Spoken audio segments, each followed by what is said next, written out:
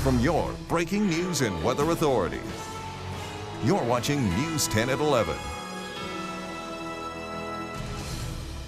Good evening, everyone. We are in for another night of sub-zero temperatures here in mid-Michigan. Andy Provenzano up first with the forecast details and a wind chill warning. Yeah, I've been watching temperatures last couple of hours, and we were down to 2 below last hour. Now it's 0. So they bop up and down. They do. And if a breeze kicks in, then all of a sudden the wind chill will go to 15 below, and that's why the wind chill warnings or advisory is posted for the rest of tonight, tomorrow morning. I want to show you the current air temperature across mid-Michigan, ranging from 8 below way to the north at Alma, 8 below in Marshall, 5 below in Mason. So that's why you add a little wind to that, and those wind chills quickly go down to 15 or 20 below. So the advisory goes till 10 a.m. Not to say that we still won't have cold wind chills in the afternoon. We will. It just won't meet the advisory level, getting down to that really colder temperature. So right now, we have some areas with the wind speeds only 3, 4, 5 miles an hour. Others are calm, and just that little bit of a breeze turns those numbers. We are 0 in Lansing with a wind chill now 10 below, 15 below in Hillsdale, 14. It happened this morning all the way down to the mid-20s below 0. So that's what we'll wake up to tomorrow as well. The cold weather still in place for yet one more day tomorrow. Then we've got changes to talk about in a few more minutes. With several days of dangerously cold temperatures, doctors are warning everyone to be careful and be mindful of how long you're spending outside. The first signs of frostbite usually start in the toes and fingers. You'll likely have white, grayish yellow, or blue and waxy and firm-feeling skin with numbness. Doctors say in these frigid temperatures, the warning signs can come quickly. It is very important to know as a parent that every 10 to 15 minutes, maybe they should check on the children that are playing outside or are exposed, and to make sure that they are rewarmed before they can go out and be exposed. Now, the best way to avoid frostbite is to make sure your skin is completely covered and your body is bundled up whenever you're outside in these very drastic conditions. Now, if you think you have frostbite, you should get to a warm place, soak the affected area in warm, not hot water for at least 30 minutes, and go to the emergency room if needed. Police are investigating the deaths of a man and his daughter after their bodies were found inside of a home in Niles, Michigan. The 80 and 50-year-olds were found Wednesday after a neighbor noticed the male hadn't been taken in. Officers say the temperature in the home was below 32 degrees. While it might be tempting, and it is now legal, police are warning against letting your car warm up in your driveway. Governor Rick Snyder signed legislation last summer that lets you leave your car running unattended on private property. The law came up after a Roseville, Michigan man ended up with a ticket after leaving his car idling last winter. But Lansing police say if you do this, you're increasing your chances of having your car stolen. A stern warning tonight from Consumer Reports. Stay away from romaine lettuce. The warning comes after Canadian health leaders say a dangerous strain of E. coli may be linked to romaine lettuce. Nearly 60 people in the U.S. and Canada have been sickened by the bacteria, including some here in Michigan. One person in each country has died. The Center for Disease Control hasn't yet determined the cause of the outbreak here in the U.S. An Ionia County woman is $300,000 richer tonight after scoring big on a lottery scratch-off. The woman won the money from the lottery's double bonus cash word instant game. The 60-year-old, who wishes to remain anonymous, says she plans to use her winnings to help her family and will invest what's ever left over. We're almost to the weekend, so is there any chance for a break from this bitter cold? Weather Authority Andy Provenzano talks about our chance for a warm-up. Your full forecast is coming up next. But first, a look.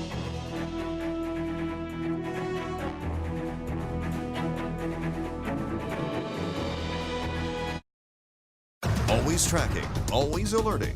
News 10. Here's your Weather Authority, Andy Provenzano. Temperature right now is a big goose egg, just like my lottery ticket. Like most of us, probably. Nothing. There's no doubt about it.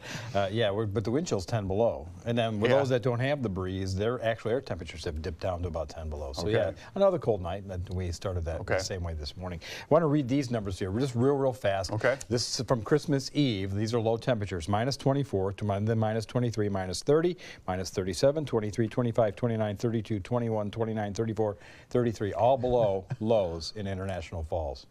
International Falls, really? So we think we got it bad. Those were all minus temperatures. And they're almost minus 30 tonight. Wow. Yeah, every morning they started way behind the 8 ball. So yeah, we've got one more very cold morning. Take a look at our satellite picture, and we've got the clear skies going. Now we could see a few stray clouds, and any clouds that can hang around for a little bit will help temperatures go up and down a little bit. But in general, this is a almost totally clear night.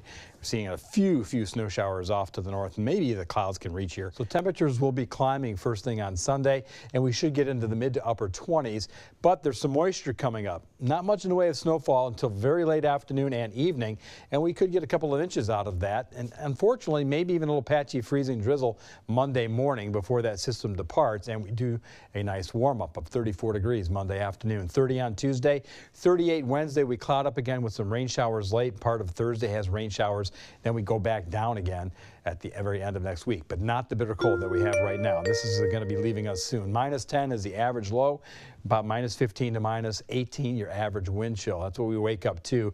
By noon, 3 degrees. Today's noon temperature was 2, so it's a pretty similar day. As we get into the afternoon hours, around 12. Certainly a lot of sunshine. The clouds don't thicken up until after dark. And with that breeze, there still could be a sub-zero wind chill, but not bitter like it has been. So snow develops late afternoon into the evening on Sunday. And on Monday, there could be a little patch of that in the morning hours, but we'll see some late day sunshine. Then Tuesday looks really good. Colder temperatures the end of next week, but not the bitter cold, just getting back to winter. Yeah, warm-up's getting closer though. So at 6 o'clock, we told everybody to go to Anchorage because it was warmer. Now at 11 o'clock, we're telling to stay away from International Falls. Good advice, good advice.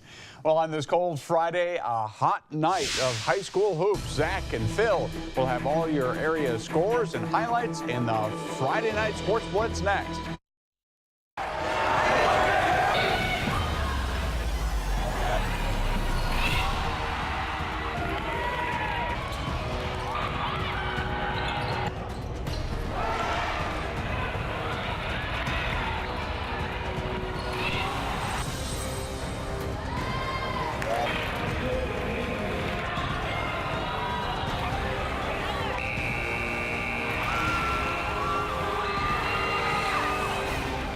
Orthopedic Rehab Specialist presents the News 10 Sports Blitz.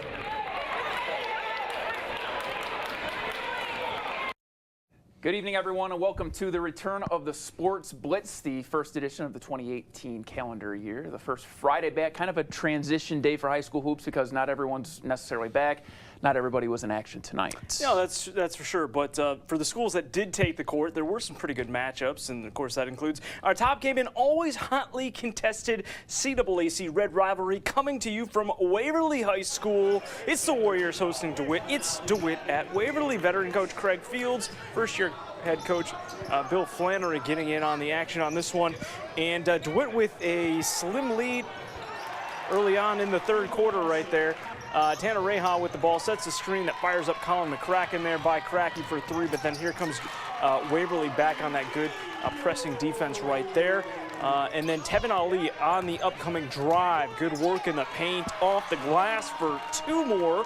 All of a sudden, Waverly cutting into what was an 8-point lead. We're all tied at 33. That lead, though, wouldn't head into the fourth. DeWitt's taking a 2-point lead. Just like that, they were in business, and they started to control the tempo in the fourth quarter. Waverly made this close because DeWitt kind of struggled at the free throw line, but they made the shots when they mattered the most. Panthers pick up a hard-fought 49-45 road win. You know, I thought our toughness really showed there late in that fourth quarter. I think we missed a few free throws, but we had to hold things together, and I thought the boys did a really good job. I'm really proud of their effort, their energy tonight. Any good game that we can play. Howell the other night was a great game. It kind of taught us what we've got to do in order to be able to finish games out, and as we continue to grow, hopefully we'll get better at that. All right, let's head up US 127 next. Another conference showdown in the red. Hazlitt at St. John's. opening minute of the contest. Red Wings working that ball around. It's going to be Cody Thomas collecting on the outside, punching that ball through the hoop for 3. Now check out Hazlitt. Sam Lisinski coming into frame, putting this ball back in off the hustle on the putback. Wings up 8-7 early. Then Hazlitt's going to move this ball around, get out to Mitchell Mowed for a 3. Mowing it down from the perimeter. Quality road win for the Vikings this evening, 62-58, your final from St. John's. Those guys play hard. Coach Archambault has his teams playing hard every single night. And they're physical, they play hard, they rebound, they get after it. And they beat us up on the boards early. I thought in the second half we did a little better job of maintaining, limiting them to one shot. All right, we head to Charlotte now. Mason in town to take on the O's, and I don't know about you, but I love a good ISO move. Cameron Ramos delivering, crossover, hesitation, lefty lay-in, and he ain't done. Ramos charging the court, a little dribble off the knee, but it's fine. He collects and puts it in. Other end, beautiful feed coming up by Mason's Garen Laddick. Look at him work, finds teammate Alex Jordan. That's good for a pair. Now watch Laddick once again. He's going to do it again. Another beautiful pass across the lane. This time Connor Richardson is the beneficiary. First quarter, though, belonged to Cameron, the creator. He just seems to have a knack for getting to the rim one way or the other. And he does so again there. But it was Mason tonight getting the W, 54-36 the final. So some of the best matchups I can remember from the last year came when Lansing Christian and Olivet met, a couple GLAC schools. That included an absolute thriller that the Eagles won in the Pilgrim's house. That's the setting for their first meeting of this year. Olivet off to a hot start with a really well-rounded group of athletes. Only was Lansing Christian out to an early lead. What vision by Andrew Priestcorn, finding Zach Betcher on the finish. Again, Priestcorn ahead to Matt Jacobson. Athletic finish, got it in the foul. Pilgrims up 4 at the break. Second half, different Olivet team. Eagles ratchet up the intensity. Big man Nick Jungle running it out, slices the lane, kissing it off the glass. We're square at 33. Then it's Nate Zona creating, frees up Lucas Johnson. He knocks it down from 16 feet out. Here's what I mean by intensity. Look at it, them run. Zona, Jungle, off the glass. Ryan Wallenberg, what a play.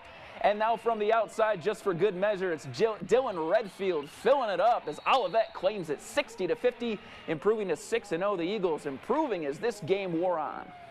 Maybe it was a talk in the locker room. Maybe it was personal pride. So I hope it's the second one, personal pride. We talk about that we played well in spurts. We just haven't done it for 32 minutes yet. So when we do that, and then I'll really get the goosebumps for them. All right, we got some scores from elsewhere tonight. As I said, not every team in our area was in action, but here are some of them. Fowlerville is over in Ionia. That's a heck of a trip for them. They get the 6-point victory, 63-57 final. Marshall taking care of Jackson Lumen Christi down in Jackson, 56-41 the final from that one. Other games from the area, Coldwater 71-47 winners over the Mounties of Jackson Northwest, while Perry continues to have a very, very, very solid season. They're going to be playing Olivet, I believe, on Tuesday next week. That should be a great matchup in the GLAC, but meantime, they get the win over Lakewood tonight. Lansing Catholic in a CAAC white matchup, 64-59 final over the Portland Red Raiders, and Williamston. Look at this score, 72-21 over Eaton Rapids. Cole Cliver scored almost half of the team's points in 3 quarters played. He had 31. They also limited ER to just 7 second half points. All right, boys hoops is in the books, but as always, that's only half of our show. Coming up after the break, we will get to the girls. We're back in 2 minutes.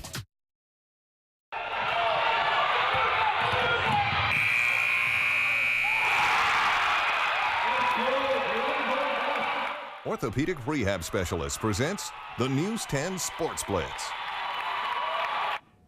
Well, welcome back to the Sports Blitz. Much like the boys' side of the ball, whenever DeWitt and Waverly clash, it's generally a great game. The Warriors have home court advantage tonight.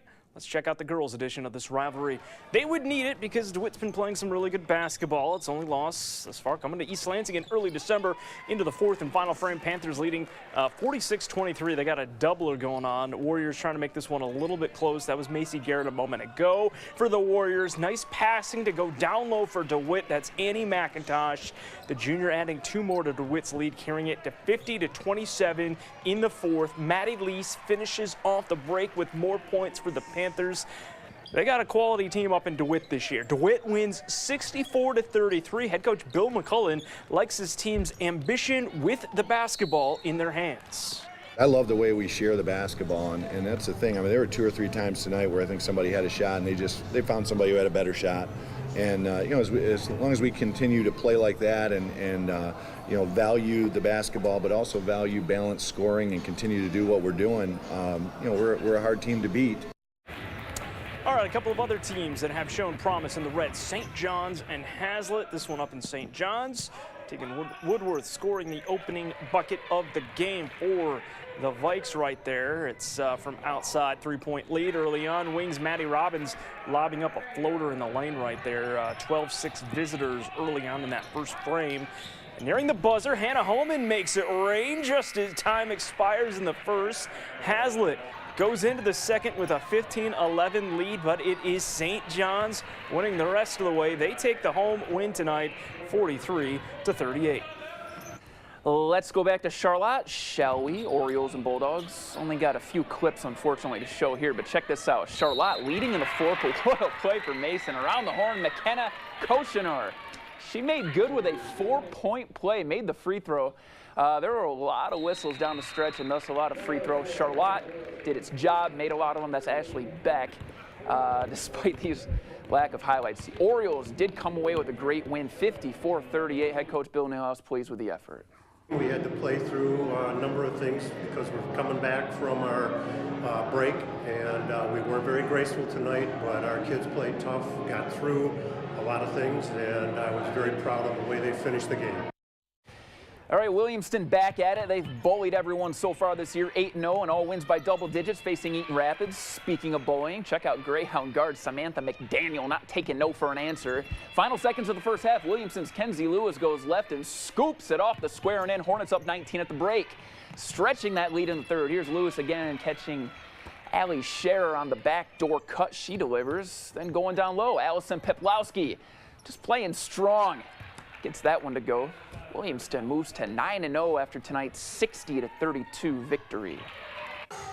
All right, out to Portland now. Raiders playing host to Lansing Catholic. CAAC White rivalry up in Portland tonight. Catholic in town. Sophomore Lauren Haynes sniping down a 3-point shot from the perimeter. Cougars taking an early lead in the first quarter right there.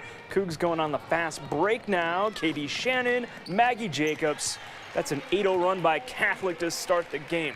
Raiders looking for something, just want to get a pulse going in this game. They're going to get on the scoreboard just moments later. That's Shelby Batley going off the backboard, but it would be Catholic taking this one on the road, 42-27. Back to Lansing Christian High School for the girls' battle with Olivet. Like the game before it, this was a good one. Third quarter, Pilgrim guard Kaylee Uziak triples from top of the key, and they trail by just a single point. Eagles trying to stave them off. Early fourth, Allie Platzer trying to find some room. She does that. She's unattended and knocks down the triple. Olivet finds a 6-point lead on this terrific play. Logan McLean in the lane, nothing but net. Lansing Christian's not done, though. No one checking number 11, who I'm sorry to say does not appear on the roster, but she hits it, and her team is happy for that. The lead is cut back down to 3, but the Eagles able to close this one out, breaking the press. McLean moves it over to the teammate Bailey Hoffman. She puts it in.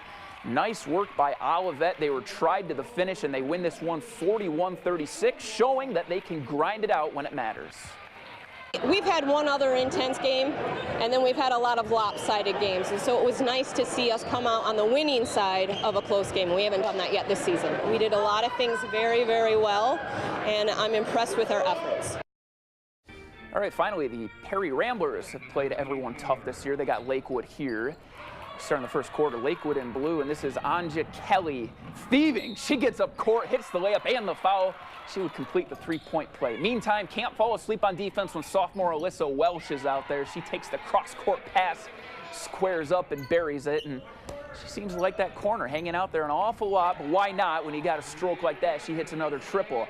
Now on the break, Perry's Allie DeLau threading the needle up ahead to teammate Gracie Ulmer, who's able to lay it in on the left side of the hoop. The Ramblers get out to an early lead, and they keep it, collecting the victory 51-26 final. Got a couple other scores to show you tonight that were called into our studios. Fowlerville, math tells me that's a 15-point win for them, 44-29 over Ionia, while Marshall takes down Lumen Christi 51-33.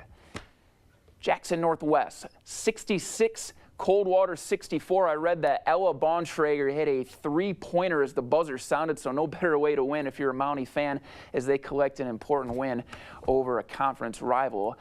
Could not find scores from Dansville, Potterville. There were a couple games also. Fowler versus St. Patrick. Couldn't find Fulton, Saranac. I don't know. We'll see if we can track those down. As I say, that's it for high school basketball. We'll do it again next week. But meantime, if you wanted to see these scores again and all the highlights, the Sports Blitz will be online at WILX.com by the midnight hour. We do have one last time out, and we'll be back with the rest of today's headlines. Got a few other things to get here on the Sports Blitz. Aside from Michigan State losing defensive coordinator Harlan Barnett to a similar job at Florida State, another former Spartan is joining his staff at arch-rival Michigan. Dan Enos, former head coach at Central, will now be Michigan's co-offensive coordinator and wide receivers coach. Enos has been in the same post at Arkansas the past 2 years, but that school fired Brett Bielema, and thus he's out of a job. Enos led Michigan State to a Big Ten title in the early 1990s and was on Mark D'Antonio's staff at MSU before accepting the Central Michigan job. Following an 0-for-2 effort at the Great Lakes Invitational, it was a tall task for Michigan State hockey tonight, hosting 8th-ranked Ohio State, and it didn't go well. We've seen it before. The Spartans fell behind immediately as they went down 2-0 just 6 minutes into the game. Brendan Sanford scored the lone MSU goal, but that was it, and obviously not enough. 4-1 the final. These two teams will face off again tomorrow at 7:05. I don't want to jinx them, but the Red Wings are surging. Winners of 3 straight, tied at 2 apiece here with Florida until they break it. Marty Ferk. He doesn't have any vowels in his last name, but I guess he doesn't need them with a slap shot like that. Anthony Mantha credited for the goal with a tip in front. And then it's out of the reach. Henrik Zetterberg with a gorgeous pass to Gus Nyquist, who finishes 5-hole with the backhand there. Look again. That's his 13th goal of the season. Huge win for Detroit tonight as they collect 2 big points. 4-2 is the final. Well, if you turn on Fox Sports Detroit and we're looking for Pistons Sixers and thinking, hey, this could be a good game, well, if you're a Pistons fan, it really wasn't. The Sixers passed that whole process thing with Joel Embiid and Ben Simmons. They are quite the team, and they absolutely blow out the Pistons tonight, 114-78. Philly had their number this year. Kind of weird. Yeah. All right, that's it for the Sports Blitz. We'll do it all over again next week. Thanks so much for watching. Stay warm, everyone. Have a good night.